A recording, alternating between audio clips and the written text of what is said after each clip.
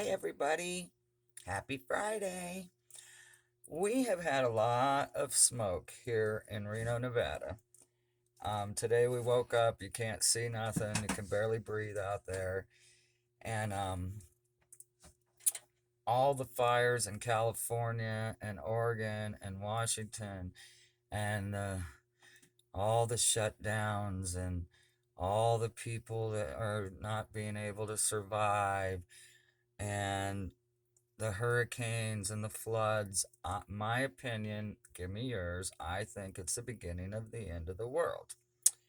Now, I haven't protested, I really haven't done a thing since all this corona and BLM and everything has been going on. So I feel like we either choose to be in the moment where we're at or we get placed there. So if it's the end of the world, I mean, you could look at it two different ways that we're here for something, we have something to do. And I mean, how many people are going to see the end of the world?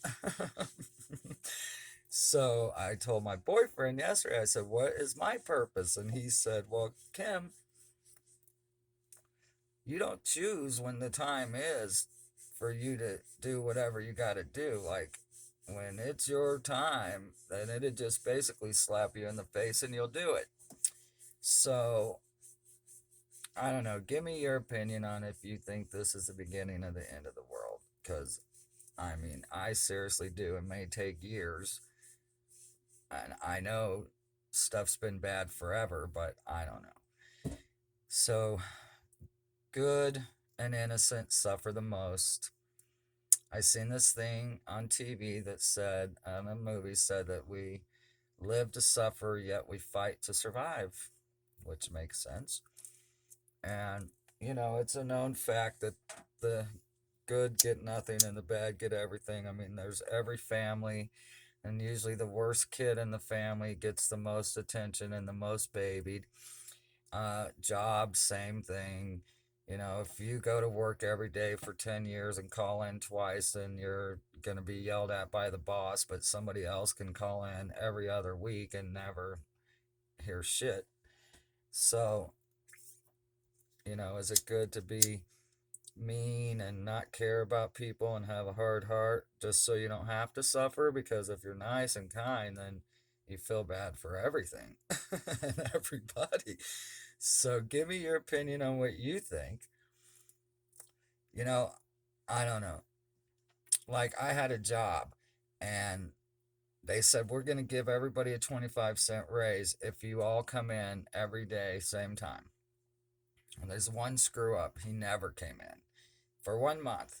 So we knew we weren't getting our raise, which was bullshit.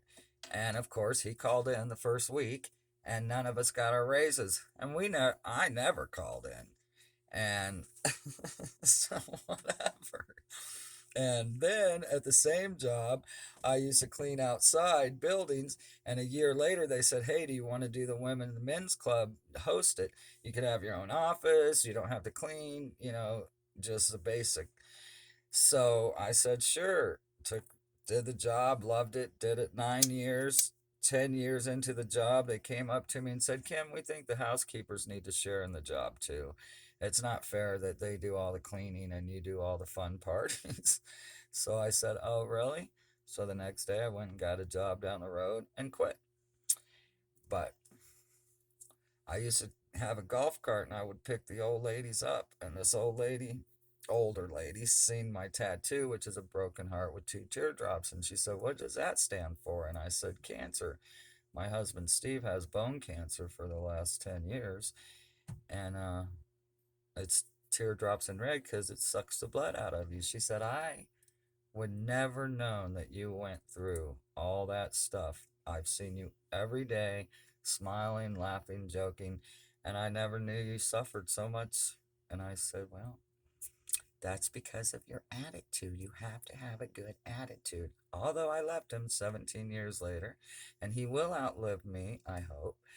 He had two ribs removed, half a skull removed, bone marrow transplant. I had to go there for a year and live in another town.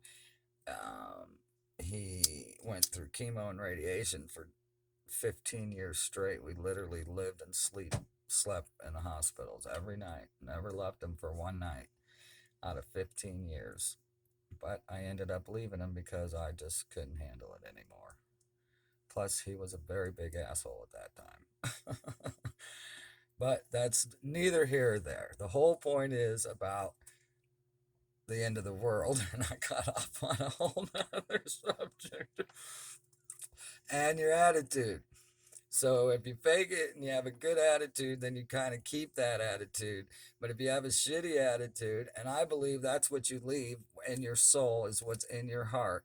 If you have a good heart, not giving people things, but a genuine good heart, then that's what your soul takes with you. And if you have a mean, evil heart, soul, that's what you're going to take with you when you die.